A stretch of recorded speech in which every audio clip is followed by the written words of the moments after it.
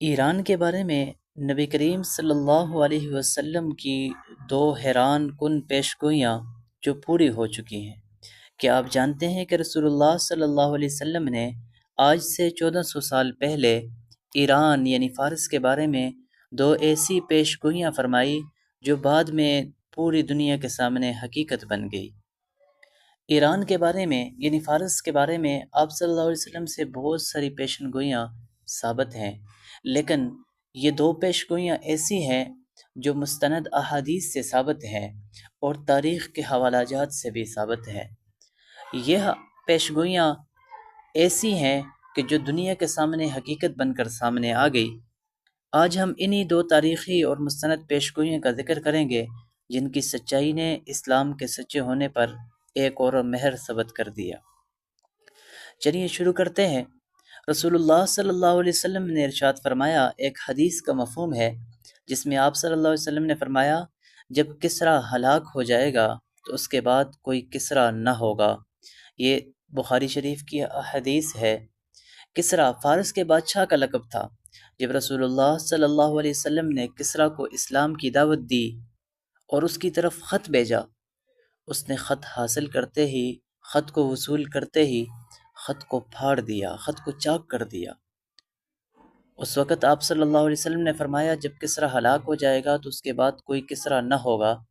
لیکن تاریخ نے دیکھا، دنیا نے دیکھا، حضرت عمر بن خطاب رضی اللہ تعالیٰ عنہ کے دور خلافت میں ایران کی ساسانی سلطنت کو زبردست شکست ہوئی۔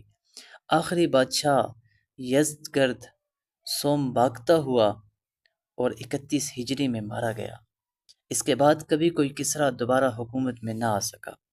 یوں یہ پیشگوئی من و عن پوری ہو گئی، جیسے ہی آپ صلی اللہ علیہ وسلم نے ارشاد فرمائی تھی۔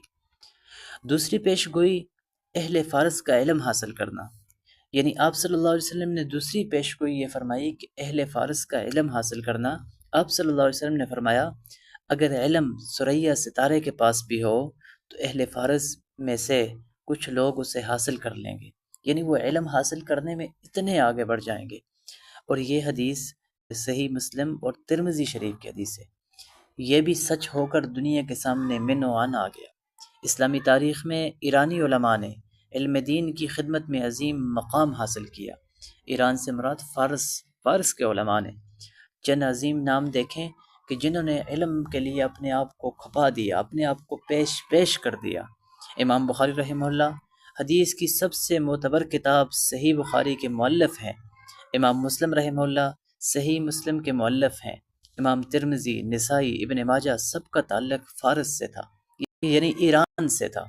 امام غزالی، امام رازی، امام طبری تفسیر، فلسفہ، فقہ سب میں بلند پایہ خدمات، یعنی یہ دو پیشگوئیاں بھی پوری ہوئی، اور کس شان سے پوری ہوئی۔